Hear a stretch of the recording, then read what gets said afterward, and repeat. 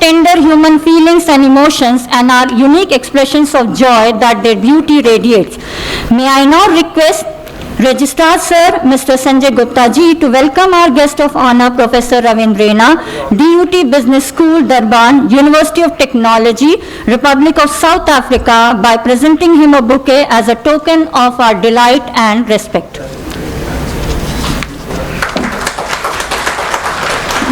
Thank you so much, sir. May I now request Professor Sandeep Singh sir to welcome our chief guest, Professor Sadashiv Kumar Dwivedi, Department of Sanskrit, Faculty of Arts, Banaras, in the University Varanasi, by presenting him a bouquet as a token of our delight and respect. Thank you so much, sir. A loving word of hearty welcome from the heart is the sweetest of all the things in life. A smile that radiates love to all the people around makes everyone happy. When the hearts are free from gloom, no wonder smiles are in full bloom. It is very rightly said that the journey of 1,000 miles begins with just one step. A pessimist complains about the wind, an optimist tries to change it, and a leader adjusts the sails. The sails for this particular event, international conference, were adjusted by a person who is not only a great motivator to all of us, but a visionary and a person who continuously motivates us and gives us the belief to organize such event. He is none other than our respected director, sir, as well as the conference director, Professor P.N. Jha. It would be my honor and privilege to invite our venerated director, sir, as well as the conference director for the welcome address. Sir, please mark the beginning of this valedictory session with your...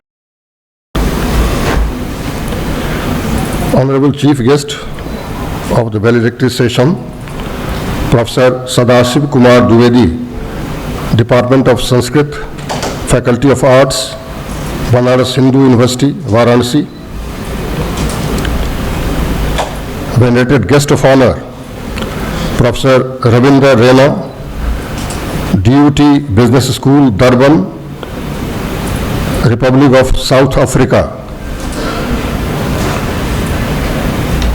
The program convener and my colleague, Professor Avinash Chand Supkar, my academic and administrative colleagues sitting in the front row, other distinguished guests, and participating dignitaries, ladies and gentlemen.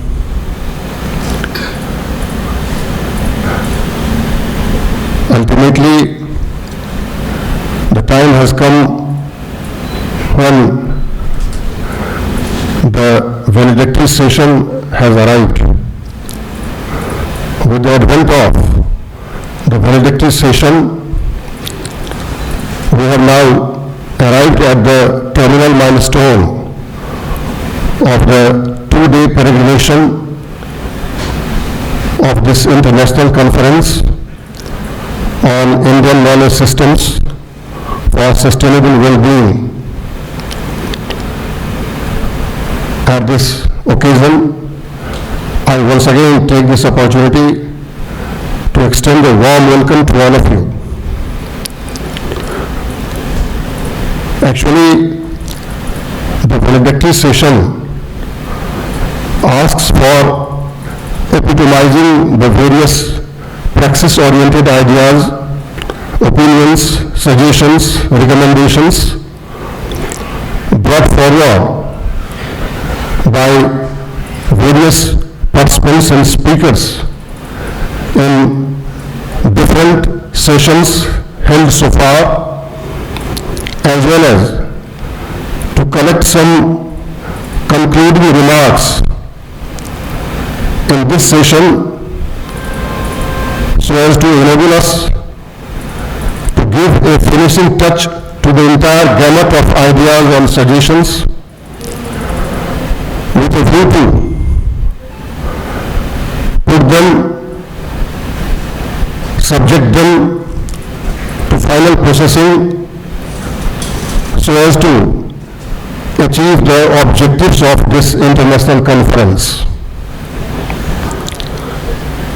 So far as my personal concluding remarks are concerned, just in few words, I would like to submit that it is well known that since our independence, the Indian Republic as well as the life expectancy of Indian, they both have been increasing. And today, our Indian Republic's age has already crossed the life expectancy of an average Indian. Both have been increasing since independence is no small achievement, given that India encompasses almost 1/6 of the humanity. But we know that changes have been very, very frequent and rapid, both within and outside India, in context to politics, economy, technology, environment, demography, aspirations, and etc. And this portend a future which is going to be very, very different from the past. Of course, one cannot exactly foresee the future, but one is expected to at least try and be better prepared for the future. And knowledge is the key to this kind of preparation. Unfortunately, when we see at the knowledge creation abilities with us, it brings a very depressing picture. One reason why the knowledge creation quality has been lacking is our lacking in context to having collaborative publications.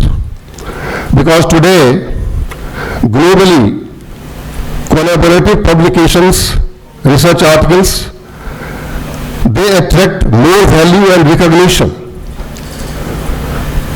In this row, while countries like UK, France, Spain, Germany, etc., they account for a range from 64 to 55%. Our figure, Indian figure, is just standing on 18%. This is not only alarming, but it is terribly shocking. I therefore would like to give a clarion call to the younger generation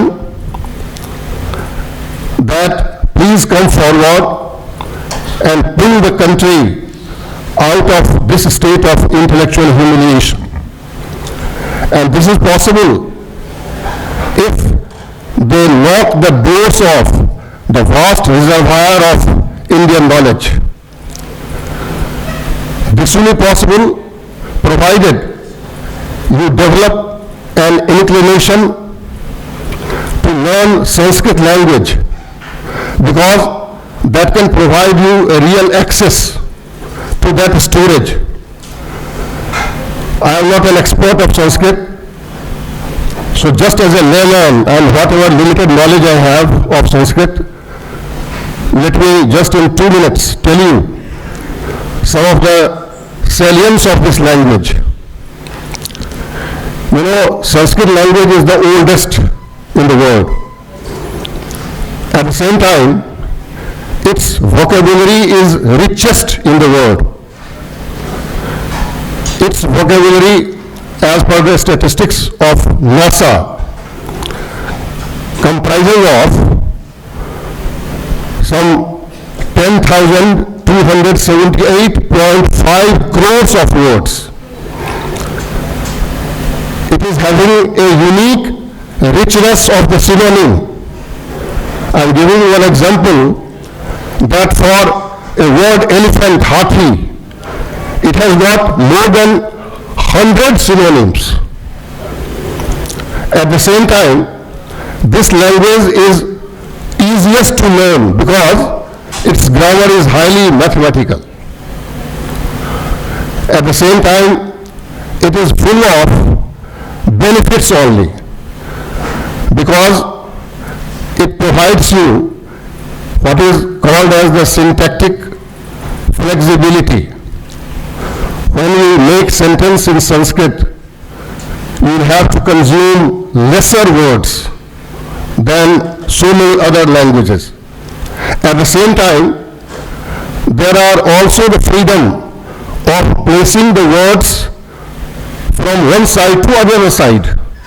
The meaning would remain same. For example, if you have to say that I go to school, मैं विद्यालय जाता हूँ. In Sanskrit, you have several options. You can either say अहम विद्यालयम गच्छामि और विद्यालयम गच्छामि अहम और गच्छामि अहम Vidyalayam. The meaning would remain same. So this kind of salience is endowed with Sanskrit language, and as per the American Hindu University, if you speak Sanskrit, it keeps in operation all the various ligaments and muscles of your tongue. At the same time, the persons who speak Sanskrit, they are far away from today's so many common diseases like blood pressure or cholesterol or you see the sugar. So I request, rather appeal all the students and younger generation population that kindly develop a taste and inclination to learn Sanskrit language so that you can have the access to this vast reservoir of Indian knowledge and you could extract unique material, innovative material from them in order to write better collaborative research papers and would lead the India ranking to higher excellence. On behalf of SMS Varanasi, I once again extend my best wishes to all of you. Thank you very much. For your exemplary welcome address. It is always an honor to listen to you. Rabindranath Tagore has very aptly said, "Let me not pray to be sheltered from dangers, but to be fearless in facing them. The strongest people aren't always the people who win, but the people who don't give up when they lose." Words can move the mountain. There is synergic power in every sense of the word. Words motivate people to take action and make difference in their lives. Ladies and gentlemen, we rarely get an opportunity to listen to the words of such dignitaries. With deep regards, I would like to invite our first dignitary, our guest of honor, Professor Ravindra, to enlighten the audience with his inspiration and motivating words. But before that, I am profusely elated to take an opportunity to introduce our guest of honor, Professor Ravindra. We are indeed humbled and honored by your kind gesture of consenting to be the guest of honor for this event. Professor Ravindra is a profound academician and distinguished scholar in economics, writer, editor, advisor, motivational speaker, and a public intellectual with over 30 years of teaching and research experience in Asia Pacific, Africa, and European continents. He is currently working as a professor of economics at DUT Business School, Faculty of Management Sciences, Durban University of Technology, Durban, South Africa. He also serves as an adjunct professor of economics for master's and doctorate program at Monarch Business School, Monarch University, Hagendorn, Zug, Switzerland. He holds many key positions like the Honorary Country Director, South Africa for the International Internship University. Dr. Bhavna Singh, thanks for that kind introduction about me. Honorable Chief Guest of Valedictory Function, Professor Sadashiv Kumar Dwivedi, and the Director of the School of Management Sciences, Varanasi, Professor P.A.K. Jazi, and also Professor Avinash Chandraji, and all the other colleagues of the dais, Professor Rajkumar Singh ji, Professor Abhay Singh Chauhan ji, and the Registrar, Professor Sanjay ji, and Sanjay Sekchana ji, and all other colleagues. It's indeed a great pleasure and honor for me to be part of this particular 10th International Conference, which was chosen. I mean, the theme of that particular, this particular conference is very, very important. That I've been to so many conferences across the globe, but I didn't find a theme. We always talk about Atmanirbhar Bharat.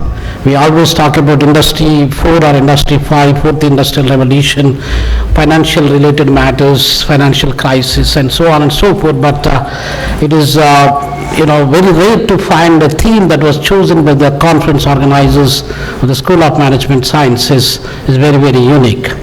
Indeed, the Indian knowledge systems and how that works in the promotion of sustainability and the well-being of the people. In the interest of time, ladies and gentlemen, that I would like to unpack. If I was given an hour time, I could able to share so much with you, but because of the time constraints, I just would like to touch upon some of the important aspects. To start with, the global population, we had about 8 billion on 15th of November 2022. We are a little more than 8 billion people on this world. And we have got more than 200 countries in the world, and we are sharing a land of 149 million square kilometers land. Although I'm just leaving the Pacific Ocean, which is about 168 million square kilometers, and also the Atlantic Ocean, which is more than 90 million square kilometers, and Indian Ocean about 78 million square kilometers land. Leaving that part, only the land that I'm talking about is 149 million square kilometers. So these 200 countries living in 149 million square kilometers land with a population of 8 billion is earning an income of $90 trillion. This is the global population, global income, global area that we are. Now coming back to Indian subcontinent, that we have a population of 1.42 billions, which made us to be the largest populated country in the world about 2 months ago. We are just about 5 million more than the population of China, and that made us to be, not to be so proud, but at least it given us a rank for the last 73 years down the line, starting from 1950 until 2022, China is the only country was having that position, first rank as the largest populated country in the whole world. But that position was taken over by India a few months ago. Now we are the largely populated country in the whole world. Now going back to the size of the land, where we occupy 2.1% of the land size, and then we are about 3.2 million square kilometer land. We are about 1.42 billion people. Together we could able to earn less than $3 trillion income. That's about 2.90. That made us to be the 5th largest economy in the whole world. So ladies and gentlemen, if we go back to the history, where we were as a country, India, of course, Indian name was, we have different names that are being given to India, Jambu Dvipa, Bharat, and so on and so forth. I'm not going to touch the details of it. But surprisingly, and that made every Indian proud, that we are the largest economy in the whole world. Not for 100 years or 150 years like what America. America is the largest economy in the world starting from 1871 until today. So for the past 150-52 years, America is the only country in the world that is the largest economy. China is going to take over like what we did in terms of population recently. Now the point of the matter is that before 1871, which country was the largest economy in the whole world? If you look at that, of course, as our colleague Vinay Chandraji was explaining in his opening remarks yesterday in the inaugural, that according to the book written by Angus Madison, who wrote an economic history of the world for 2000 years, he has categorically mentioned that the largest economy in the world is none other than India. For not 150 years like what America is having, but it's about 1,500 years actually. So that made us every Indian proud. But how did we do that? And what was the history behind it? What made us to be the richest economy, where we were contributing 40% of the global income at one stage, and from 40% we dropped it down to 25%.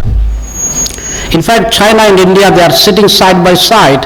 Sometimes China is a little bit more than us and India is more than China. So we were having that kind of competition historically for a longer period of time.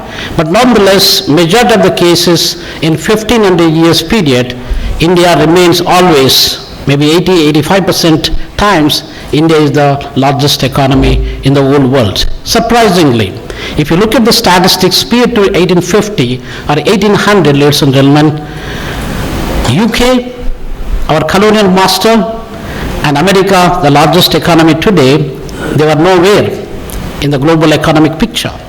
They were having, both of them, they were having only 2% income when India and China were contributing close to 50% of the global income of this world, ladies and gentlemen.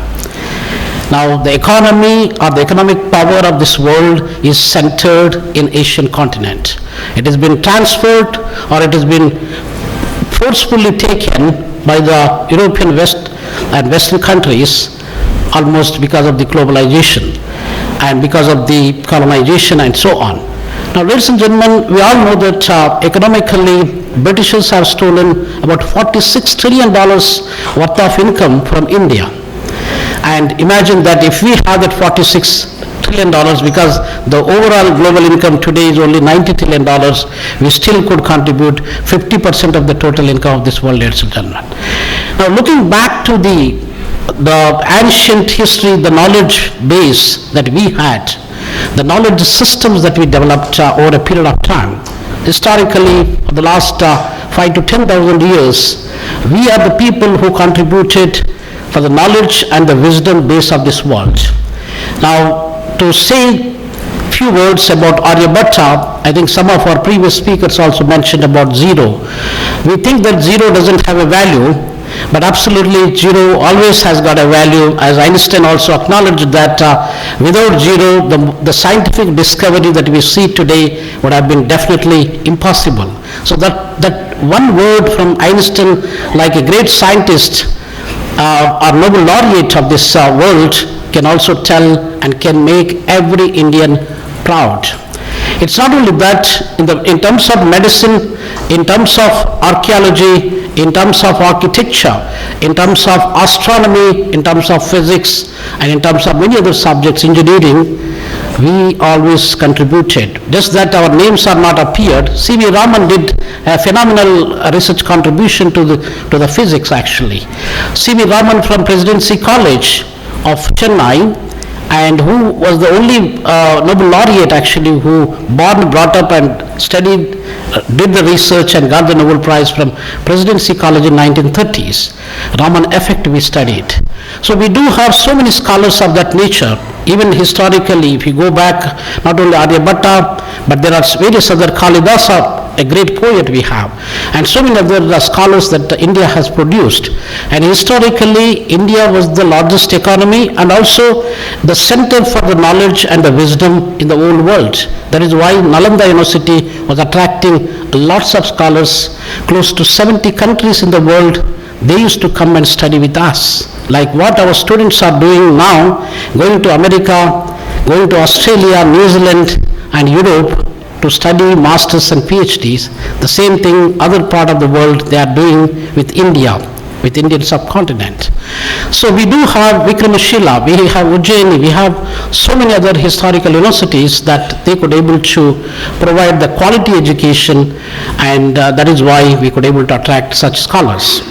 Now, looking back to the sustainability issues here, that we have the population 1.42 billions today, and in the coming 40 years down the line, about 2064, we are going to grow up to 1.7 billion people. We still be the largest populated country in the world.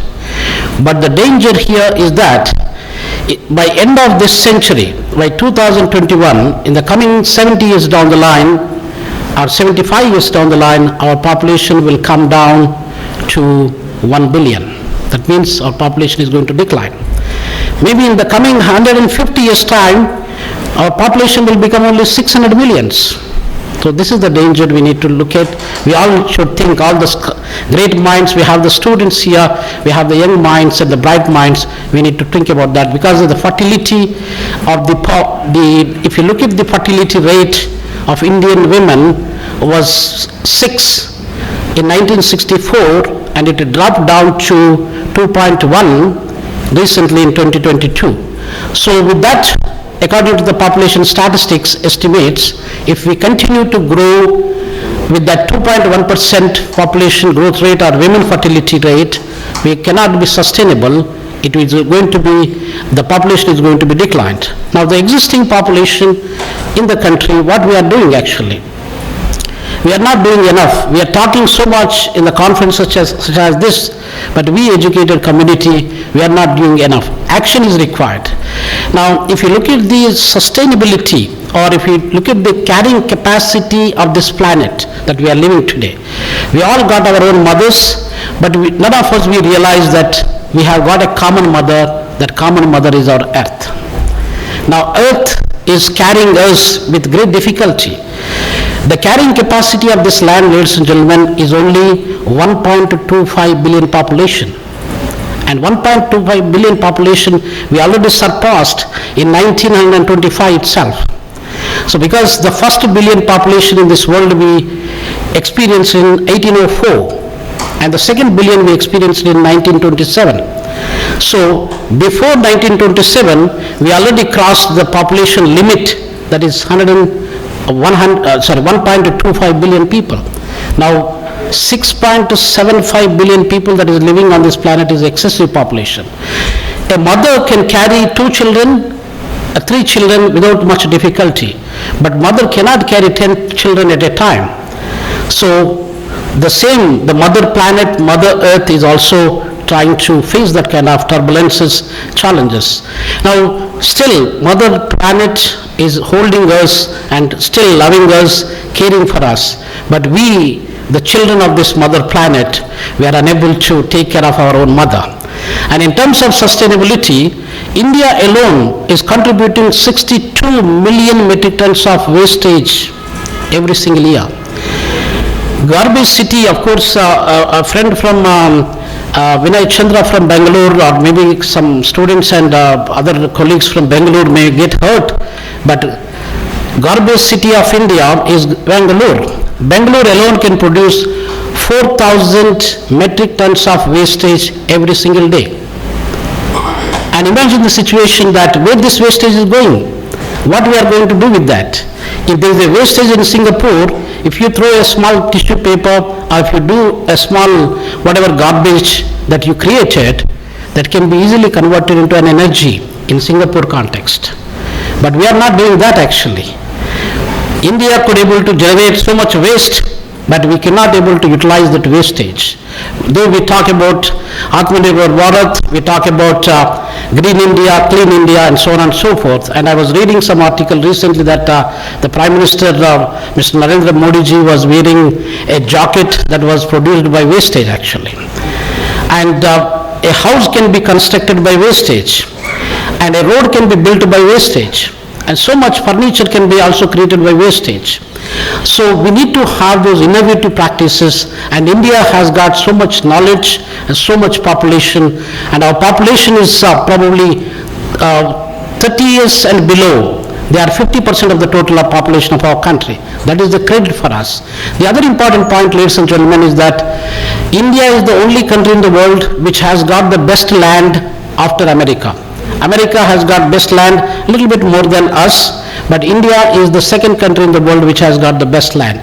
So we got the young population one side, we also got the best land on the other side. If we could utilize these two, human resources as well as the natural resources, and we can always rebuild our economy.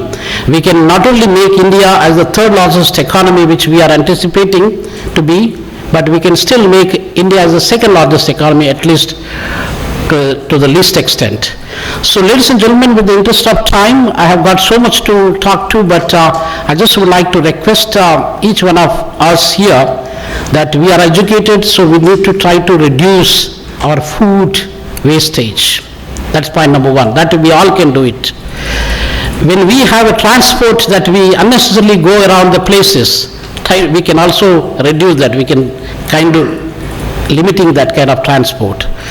And we can always do recycling, and we can also try to do some compost that we can create. Whatever the wastage that some of us, we are already doing it, but every one of us, if we could able to practice these simple things, that will make us extraordinary, and they can also make our country extraordinary. Remember that Banaras silk, we produce silk sarees here in this beautiful city, ancient city of India, which is one of the oldest cities in the world. And we have other cities, other towns in the country, they also produce silk sarees. If you throw the silk saree, how much time does it take to decompose? It takes more than 40 to 50 years down the line, ladies and gentlemen. The diapers we are using for children, if you throw, they take more than 150 years actually to decompose. The simple plastic with the 80 mm, if we throw, that will take close to 80 to 100 years time, ladies and gentlemen. So therefore, we try to regulate that wastage. We try to use less energy, less food wastage. Of course, I'm not saying that don't eat food, but just try to reduce the wastage. All the cartoons that we have, we try to mitigate that, or we try to reduce it. So lastly, I would like to advise one thing, that I know we are all in a stressful situation. The colleagues working in the private sector, colleagues working in the government sector, colleagues working with different other sectors in India, we are under a very stressful situation. And I was reading a PhD thesis a few months ago, last year, that surprisingly, we think that Indians are more relaxing people, but in actual fact we are the more stressful people. So the research study reveals that probably close to 90% children, students one side, and the working class on the other side, we are under pressure all the time, one way or the other way. And other country people are relatively having better index than us. So lastly, I would like to advise one thing, that we all have difficulties, we all have challenges. Despite of these challenges, what the best we can do is that we can keep our mind cool and build an ice factory with that. We can also make our tongue, and we can build with the tongue a sweet factory, that whatever we speak some sweet words, so that positive vibration that we can pass on to other fellow human beings. We can motivate, we can stimulate such people. Motivation and stimulation can make a drastic change in the human behavioral approach, and that can also bring so much well-being, that can add value to the well-being of the people. And then lastly, the heart that we have. You don't need to be handsome yourself. According to A.P.J. Abdul Kalam ji, we all got the hands to offer somebody to something, and we can do something to build a better world. So you just have that kind of kindness approach. With that kindness and with that calmness, if you could able to offer some help, don't harm others, but try to help others wherever you can. So that love factory. So 3, ice factory one side, sweet factory on the other side, and yet on the other side you have the love factory, then we all will have the satisfactory. The satisfactory is coming free of cost, so that is the satisfaction. Remember that there is 108 billion people lived on this planet so far. That is the population that died in this planet so far. We all will be dying. In the coming 70 years down the line, none of us going to live. We have to accept the truth. When we are living for a temporary period, why do we run after the money, materials, and complicate our lives? And why don't we make ourselves happy?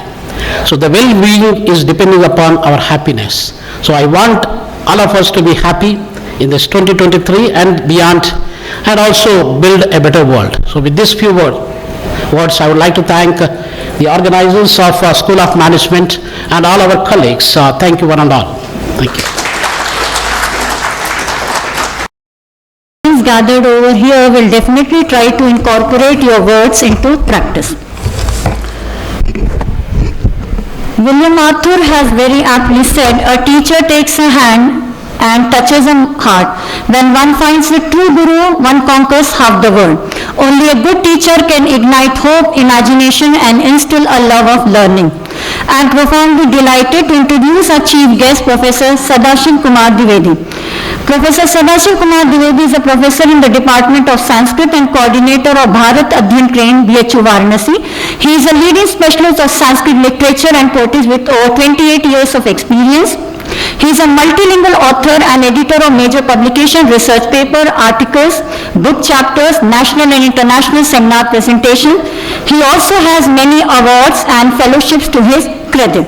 So without wasting much time, I would like to invite our chief guest, Pankaj रज परिमार्जितेषु चेतस्सु दर्पणतला मलतांगतेषु शब्दार्थ संपदोदारतरा स्फुरन्ति विघ्नच्छिदेस्तु भगवान् सगणाधिनाथः वागर्थाविव संपृक्तौ वागर्थ प्रतिपत्तये जगतपितरौ वन्दे Parvati परमेश्वरौ. Respected Professor P.N. Jhaji, Director, School of Management Science,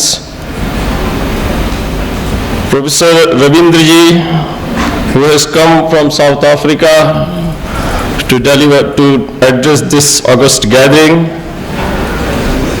Professor, the convener of the conference, Avinash-ji,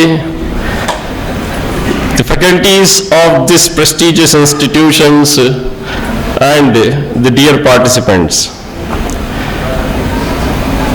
In the welcome address, Professor Jha appreciated Sanskrit language. I happen to be the teacher of Sanskrit, a student of Sanskrit, and especially the Sanskrit literature. So I initially thought to address the gathering in Sanskrit itself. But I don't think most of you would be able to understand the Sanskrit language. But Sanskrit happens to be the most scientific and the most pleasant language of this country, not only India but the entire world. Sanskrit भाषा न केवलं भारतवर्षस्य अपितु संपूर्णस्यापि विश्वस्य अत्यन्तं सौष्ठवपूर्णा भाषा वर्तते. अवतेव संस्कृतेनापि वक्तुं शक्यते अस्मिन्नपि विषये यश्च विषयः अत्र निर्धारितः. But the proceedings are going on in English, so I will better try to make remarks in English, and if feel discomfort, then I will switch over to Hindi. देखिए how this particular practice came into the mainstream, that is Indian knowledge system. The seed of this particular branch of study was actually sown in the Varanasi University in 2015, when the centennial year of the Varanasi University was celebrated. At that time, the education minister of the country gave Varanasi University 25 crore rupees to establish an independent center known as Bharat Adhyan Kendra. And I happen to be the first coordinator of that center because I am a student of Sanskrit. So the university decided to appoint a Sanskrit teacher as a coordinator of that particular center. Why? After 100 years of a large journey of the university, which is known as a capital of knowledge all over the world, जिसको सर्व विद्या की राजधानी कहा जाता है, 100 वर्ष बाद क्या जरूरत पड़ी? So there was a need of the coordination to bring the study and research of the Varanasi University based on the Indian knowledge system. And that was the main aim or the goal of the founder, Bharat Ratna Pandit Mahamna Madan Mohan Malviya ji. And the university deviated from its goal. Number of subjects are taught, but they are not at all concentrating on their roots, which are actually available in our traditional knowledge system. So for that, this particular center was constituted. What the center did during his last journey of about 5 years, 2 years were succumbed to Corona, so actual journey is 3.5 years, I think. We have developed an independent course of MA in Hindu Studies. That is the only course in the entire country introduced first time by Bharat Adhyan Kendra, Banaras Hindu University.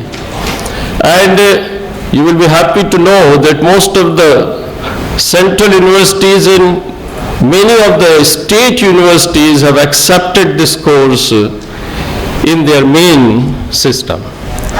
And it is introduced, even the UGC has declared a national NET and JRF scholarship for this. And the NTA used to conduct the examination for the recruitment of students in this course in the Banaras Hindu University. What is actual nature of this particular course? So far as the sustainable well-being is concerned, you see, the Indian knowledge was created long back, about 2,000, 3,000 years back. We cannot count the actual time and the date. But how it was created? There are 3 stages. The first stage is the lok, the public. Second stage is the Shastra or the Ved. And the third stage is the individual or your own personal feeling. So we kept high the lok. Then we prepared Shastras based on the lok. And then we applied those Shastras for the welfare of the humanity. Loko Vedas Tathadhyatmam Pramanam Trividam Smritam. This is the actual process of the constitution of the Indian knowledge system. What the ancient rishis did, they used to go to the public, they intermingle with the public, they have discourses with the public, they used to move all around in the nation, have discussions with the people, learn their actual problems, and then they sit together and discuss over those problems and try to find out the universal solution. But after having a universal solution, after proper dialogue, after proper discussion, जिसको हम कहते हैं वाद परंपरा, we were having a वाद परंपरा. ऐसा नहीं है कि something has been imposed by an individual on the public and you will have to follow, you have no other option. हमारे यहाँ वाद की परंपरा थी, डिस्कशन की परंपरा थी, उससे ज्ञान परंपरा हमारी विकसित हुई. So they used to sit together and discuss over those problems, and when they get the solution, they apply it on the public. Before application, that solution was actually evaluated. So we were having Tattva Mimamsa, how to look over the entire scenario all around you, then we were having the Praman Mimamsa, and then we were having the Vyavahar Mimamsa. It is not that these theories and these principles were kept close into the book. They were brought into the practice in the form of our daily life. The entire routine, the charya, dincharya is fixed in our ancient system. And it is because of this that our body was actually fit, and we were able to create such a huge knowledge for the welfare of the entire humanity. सर्वे भवन्तु सुखिनः, सर्वे सन्तु निरामयाः, सर्वे भद्राणि पश्यन्तु, मा कश्चित् दुःख भाग् भवेत्. This is the actual aim of the entire Indian knowledge system. What was our view towards the lok or the physical world? There are two words. First, one is the physical world. एक तो भौतिक संसार है, पांच भौतिक संसार, पृथ्वी, जल, तेज, वायु, आकाश, सूर्य, चंद्रमा. और दूसरा संसार है हमारा आंतरिक संसार, जो कि मनुष्य के अंदर बसता है, जीव के अंदर बसता है. दो ही सृष्टि के पदार्थ हैं, एक तो स्थावर और दूसरा जंगम. स्थावर उसको कहा जाता है जिसकी क्रिया उसके अधीन नहीं होती. यदि हम किसी स्थावर वस्तु को रख दें, निर्जीव वस्तु को रख दें, तो उसकी क्रिया उसके अधीन नहीं होती. लेकिन हमारी क्रिया हमारे अधीन है, और क्रिया को हमेशा हमारे यहाँ अनुमान का विषय माना गया है. क्रिया कभी भी प्रत्यक्ष नहीं होती, ये शास्त्रों का नियम है. तो स्थावर सृष्टि के विषय में, the physical world which is visible all around, we talk about the Ishwar. ईश्वर सर्वभूतानां हृद्देशेर्जुन तिष्ठति. ये ऋषिकेश योगेश्वर भगवान श्री कृष्ण का वचन है. लेकिन हमने ईश्वर को अलौकिक नहीं माना. We never believed that the God lives beyond this universe. We always believed that God lives within the universe, and it is visible to us. In what way? That is known as अष्टमूर्ति. अष्टमूर्ति Shiv की हमने कल्पना की. या सृष्टि सृष्टुराद्या वहति विधिहुतम. This is Kalidas. Dr. Ravindra mentioned Kalidas, या सृष्टि सृष्टुराद्या वहति विधिहुतम या हविर्या च होत्री, ये द्वे कालम विदत्त श्रुति विषय गुणाया स्थिता व्याप्य विश्वम, या माहुः सर्वबीज प्रकृतिरितियया प्राणिन प्राणवंत प्रत्यक्षापि प्रपन्नांस्तनुभिरवतु वस्ताभिरष्टाभिरीशः. So in these 8 forms the God is visible. God is not invisible, it is visible to us. तो पृथ्वी, जल, तेज, वायु, आकाश, सूर्य और चंद्रमा, and the last one is the Chetna of the individual, जिसको यजमान मूर्ति कहा गया हमारे यहाँ. In this way the God is visible everywhere. जब आप इनमें देवत्व की परिकल्पना करेंगे, तो चाहे विज्ञान हो, चाहे तकनीकी हो, जिसने हमारे जीवन को आसान बनाया, उसके माध्यम से हम कभी भी इसके प्रति उपेक्षा का भाव नहीं रखेंगे. We will never discard it. हम इसको कभी भी विनाश की ओर नहीं ले जाएंगे. तो ये हमारी जीवन दृष्टि थी. हमारा आधार था यज्ञ.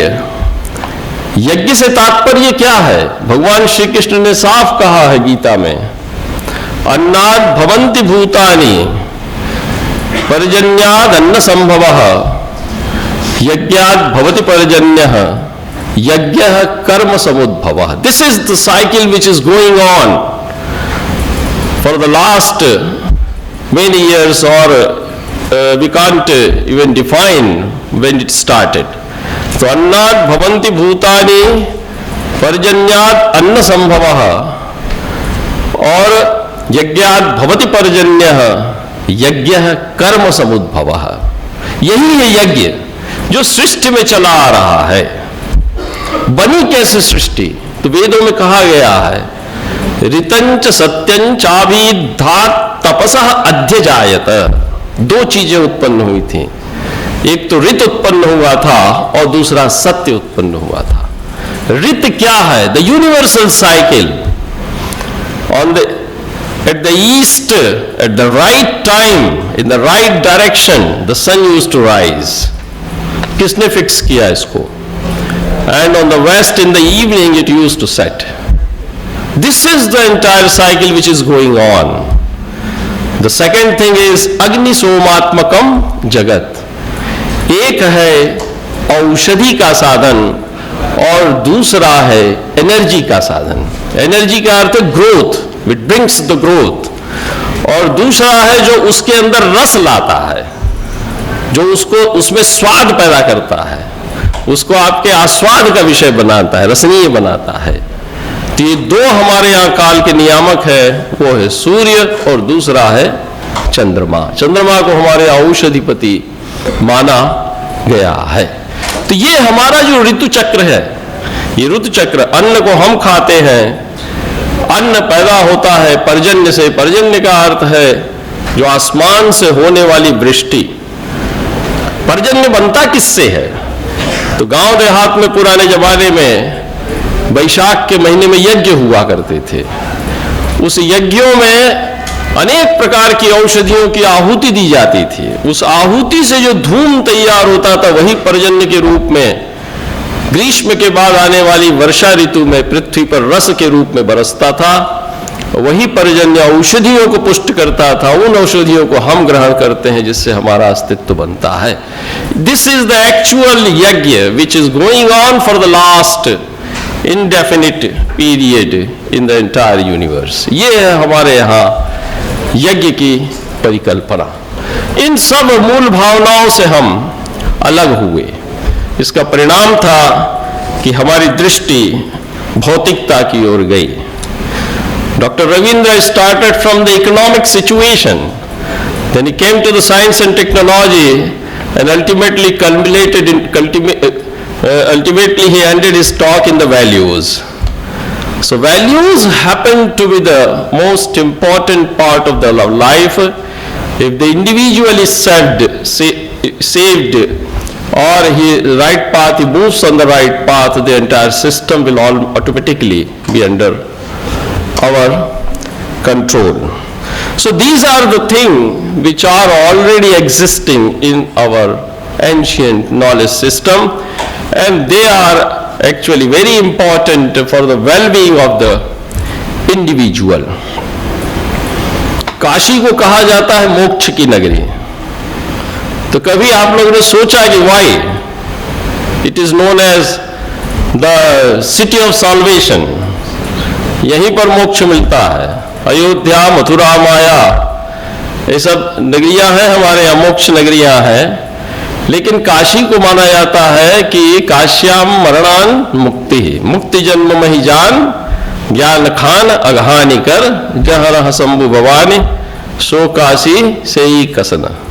ये हमारे यहाँ कहावत है। देखिए, there are 3 types of bodies, that is the physical body which is visible. दूसरा है अंतःकरण, द इंटरनल बॉडी, मन बुद्धि अहंकार। लेकिन एक और शरीर है, उसको कहा जाता है लिंग शरीर।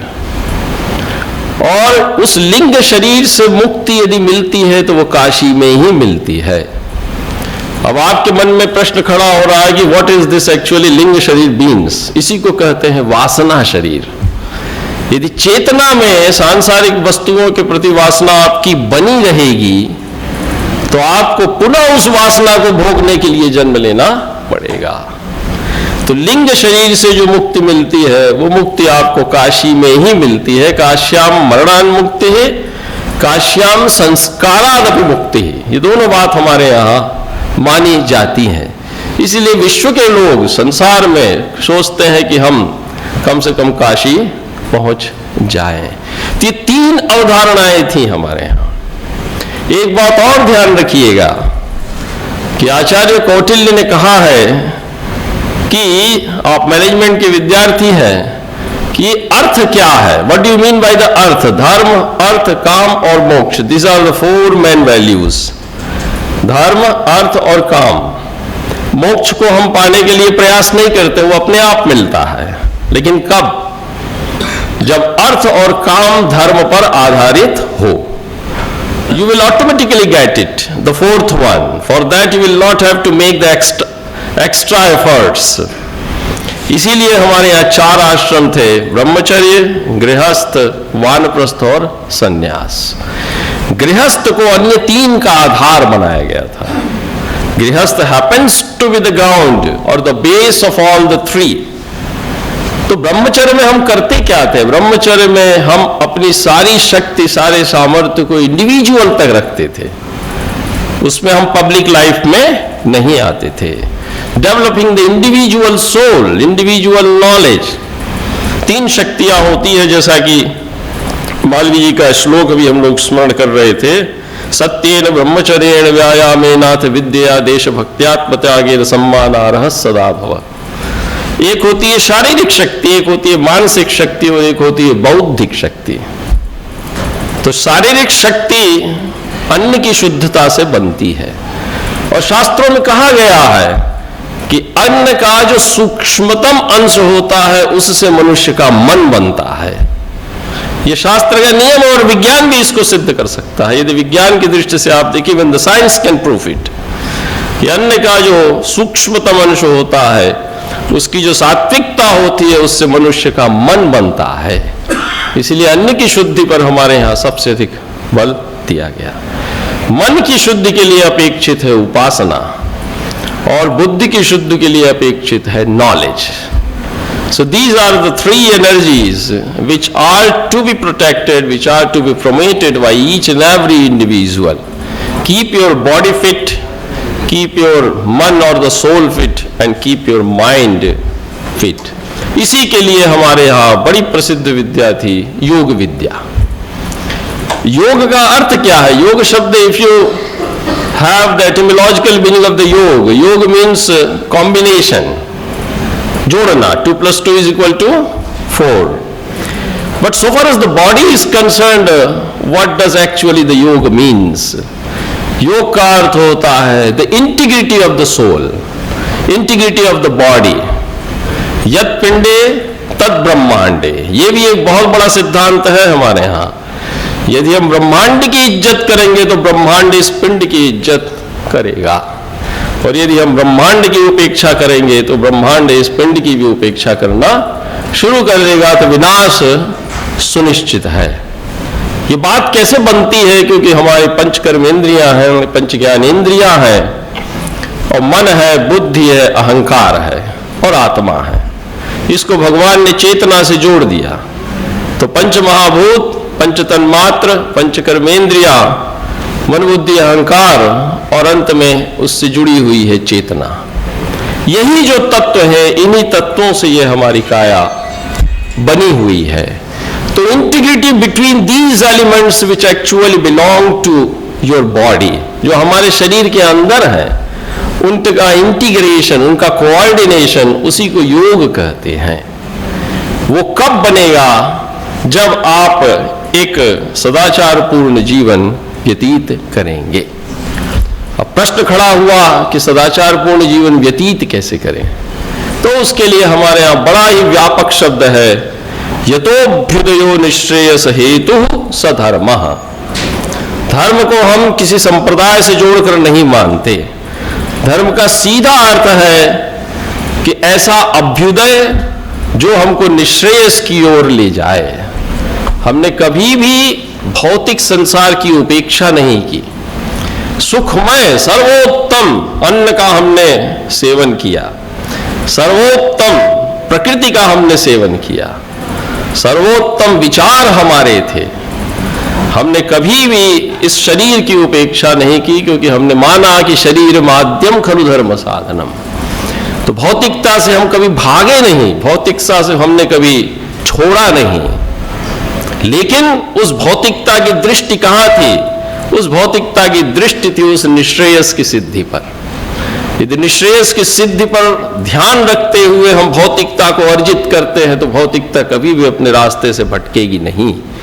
यही बात ईशावास्योपनिषद में ऋषि कहते हैं विद्यांच अविद्यांच यस्तद्वेदो भयं सह अविद्या मृत्युम तीर्त्वा विद्यामृतमश्नुते। What is the meaning of the vidya and avidya? अविद्या का अर्थ है ये जो सांसारिक विद्याएं हैं, जैसे इवन द मैनेजमेंट इज अविद्या, बट इन अविद्या the a is not for negation, वो नेगेशन के लिए नहीं है, वहां पर अ जो है वो सिमिलरिटी के अर्थ में है। तत्सादृश्यम तदन्यत्वम तदल्पत्वम विरोधिता अप्राशस्त्यम अभावश्च नयर्था षट प्रकीर्तिता। इस शास्त्र में कहा गया, जैसा कि झा जी ने कहा कि number of meanings are there. Brahmi तो भारती भाषा, गीर वाग वाणी सरस्वती। सरस्वती के इतने नाम है, ब्राह्मी है, भारती है, भाषा है, गीय है, वाणी है, सरस्वती है, लेकिन सब अपनी जगह फिट बैठते हैं। कहाँ सरस्वती यूज करेंगे, कहाँ ब्राह्मी यूज करेंगे, कहाँ गी ही यूज करेंगे, ये निश्चित है। हर जगह हर शब्द हमारा नहीं बैठता। भगवान शंकर के हजारों नाम हैं, लेकिन कहाँ आप उनको पिनाकी कहेंगे, बैठेंगे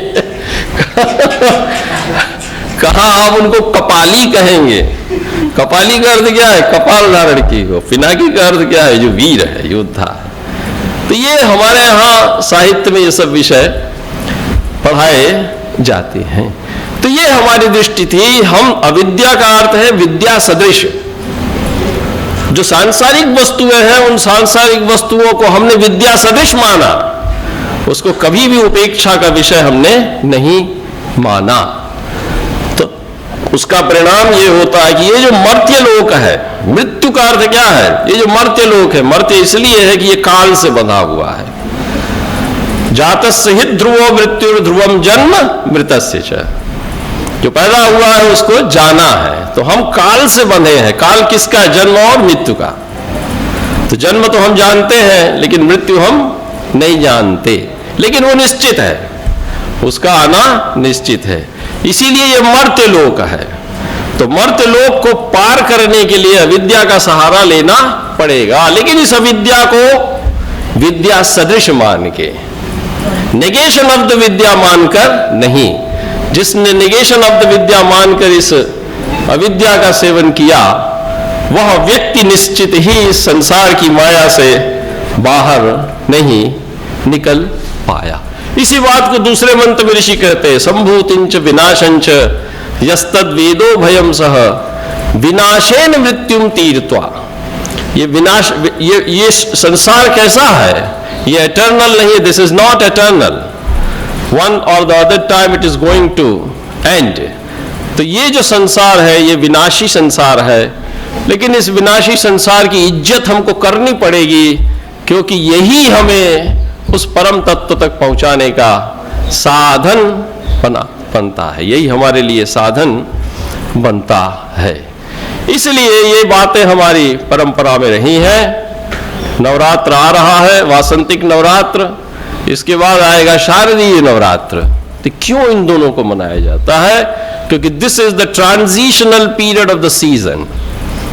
और इस ट्रांजिशनल पीरियड में if you keep your body balanced by eating healthy food or by keeping worship, शक्ति तत्व जिसको कहते हैं, भगवती की आराधना यदि आप करते हैं, तो इसमें आप भगवती के ऊपर कृपा नहीं करते, अपने ऊपर कृपा करते हैं, अपने शरीर को ठीक रखते हैं। और इस ट्रांजिशनल पीरियड में जिसने अपने शरीर को ठीक रख लिया, वो ऋतु चक्र के आघात से बच जाता है। यही स्थिति शारदीय नवरात्र में होती है, क्योंकि हम फिर गर्मी से बढ़ते हैं किधर? शीत की तरफ। तो हमने इन त्योहारों को बनाया, इन त्योहारों की कल्पना की, क्यों? Just to keep our entire system and the body fit. So for is the knowledge is concerned, there are 4 stages, that is anvikshiki, trayi, varta and dandaniti. You are all related to Varta, I think. But the ancient book on Varta is not available nowadays. Anvikchiki is available, वो है तर्कशास्त्र। दूसरा है आपका त्रयी is वेद, ज्ञान कर्म उपासना और विज्ञान। विज्ञान इज द 4th one. और आपका वार्ता एंड दंड नीति इज द स्मृति, याज्ञवल्क्य स्मृति, धर्मशास्त्र, ऑल दीज आर दंड नीति। That is the law. तो ये है, लेकिन हमने आणविक चिकी से शुरू किया, क्योंकि आणविक चिकी का अर्थ क्या है? The ability to think logically.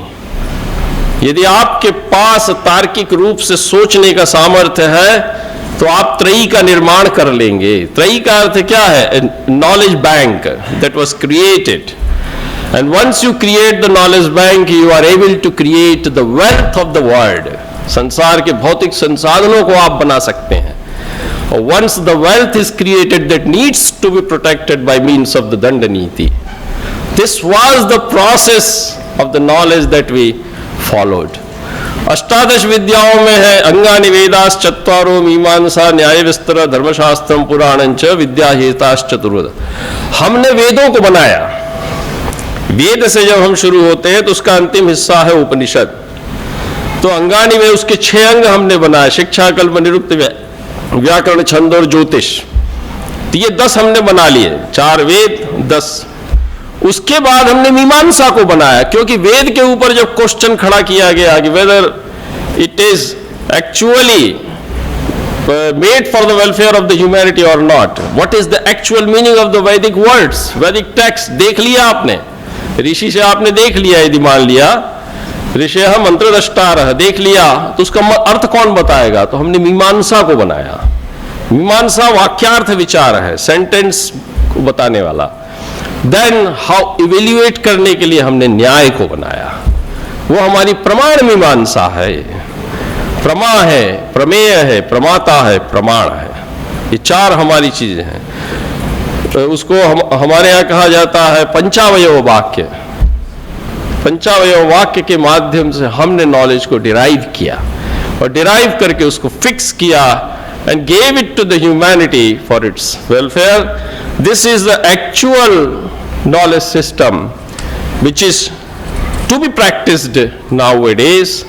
Yayati की कथा आपने सुनी है कि नहीं? ययाति और शर्मिष्ठा की कथा आप लोगों ने सुनी है? तो उसका अल्टीमेट परिणाम क्या निकलता है बताइए?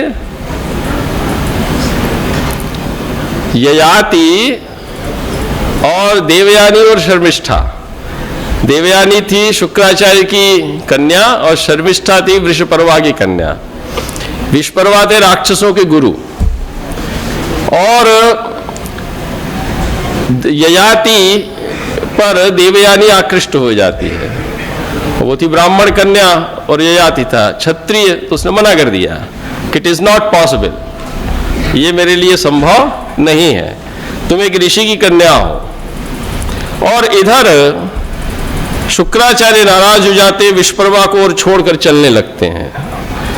वृषपर्वा के लिए शुक्राचार्य की उपस्थिति अनिवार्य थी, क्योंकि वो मृत संजीवनी विद्या जानते थे। जब देवता लोग राक्षसों को मार देते थे तो शुक्राचार्य उनको जिंदा कर देते थे। तो जाने लगे, तो वृषपर्वा को लगा कि गए हम, अब तो हमारा सारा सामर्थ्य गया। तो उन्होंने देवयानी और शर्मिष्ठा की लड़ाई में देवयानी ने शर्त रख दी कि शर्मिष्ठा हमारी दासी बन के रहेगी, और यहां तक कि विवाह के बाद भी। ययाति से विवाह हो जाता है शुक्राचार्य की अनुमति से, शर्मिष्ठा दासी बन जाती है। बाद में ययाति शर्मिष्ठा से भी विवाह कर लेते हैं, तो 2 पुत्र देवयानी से होते हैं और 1 पुत्र शर्मिष्ठा से होता है। जब शर्मिष्ठा से पुत्र की उत्पत्ति होती है तो शुक्राचार्य उसको शाप दे देते हैं कि तूने मेरी पुत्री के साथ धोखा किया, और कह देते हैं कि तुझको वृद्धावस्था मिले, उसके शरीर में ओल्ड एज के जो चिन्ह है वो प्रकट होने लगते हैं। शुक्राचार्य के पास जाता है, प्रार्थना करता है ययाति की कुछ उपाय बताइए। तो उन्होंने कहा कि यदि तुमको कोई अपनी जवानी दे देगा तो ये वृद्धावस्था रुक जाएगी। वो देवयानी के बच्चों के पास जाता है, दोनों मना कर देते हैं। फिर शर्मिष्ठा के बेटे के पास जाता, उसी का नाम था पुरु, और कहता है, तो वो क्या कहता है कि भाई ये जवानी आप ही की तो दी हुई है, यदि आपके काम आती है तो इससे बड़ा पुण्य क्या है। उसने अपनी जवानी अपने पिता को दे दी। हजारों वर्ष तक ये ययाति भोग में लगा रहा। अंत में उसको समझ में आया कि न जातु काम कामानाम उपभोगे न शाम्यति हविषा कृष्ण वर्त में व भूये वा विवर्धते। आग में आग जितना घी डालेंगे आग उतनी ही धधकेगी। इसलिए ये इंद्रियों की कामनाएं कभी तृप्त होने वाली नहीं है। पुरु को बुलाता है और पुरु को उसकी जवानी वापस करके वह वैराग्य में चला जाता है। पृथु का वृत्तांत हमारे यहाँ है। पृथु का वृत्तांत दिस सस्टेनेबल डेवलपमेंट के लिए बहुत फिट बैठता है। पृथु ने पृथ्वी को अपने अधीन किया और पृथ्वी से रत्नों को निकाला। पृथ्वी ने किया क्या था कि यज्ञ की प्रक्रिया समाप्त हो रही थी, क्योंकि misuse of the physical elements हो रहा था बहुत अधिक।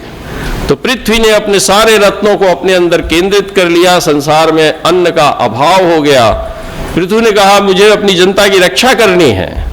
उसने पृथ्वी का पीछा किया। अंत में पृथ्वी ने सरेंडर कर दिया और अपने सारे रत्नों को फिर एक लिमिटेड अमाउंट में पृथ्वी को दिया, जिससे कि सस्टेनेंस बना रहे।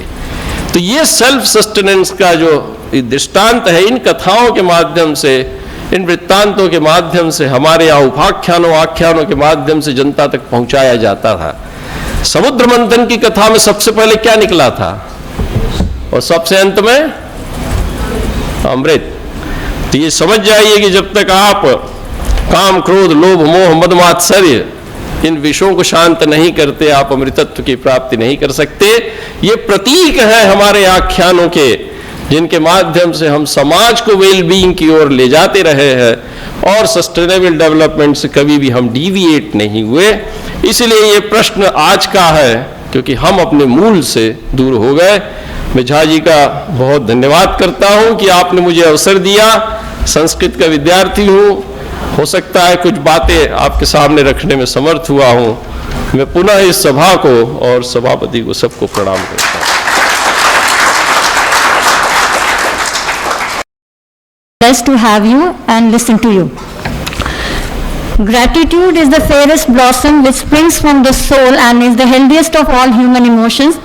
The time dedicated by our exuberant intellectuals in this international conference, Indian Knowledge Systems for Sustainable Well-being, and enlightening us with their immense knowledge is really valuable.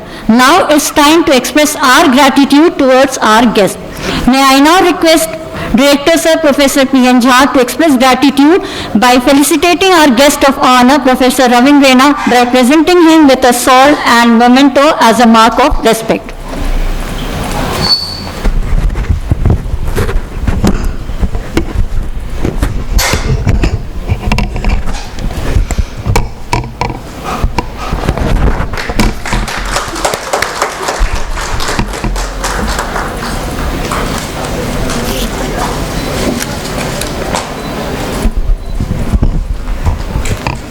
Thank you so much, sir.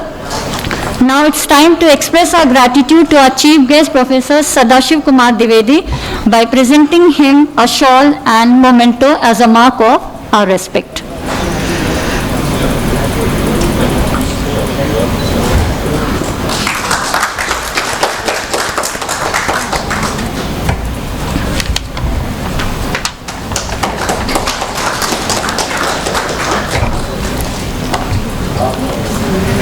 Thank you so much, sir.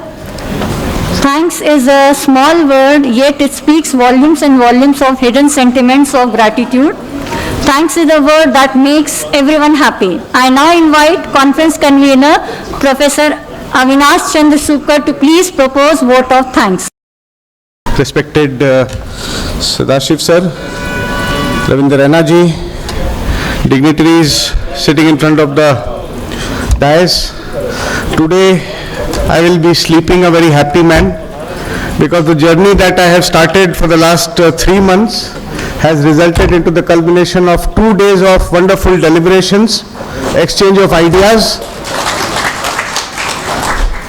First of all, I would like to extend my thanks to Professor P.N. Jha sir, Executive Secretary Dr. M.P. Singh sir, Registrar Shri Sanjay Gupta ji, for extending their lifeline of support, motivation and encouragement for this conference.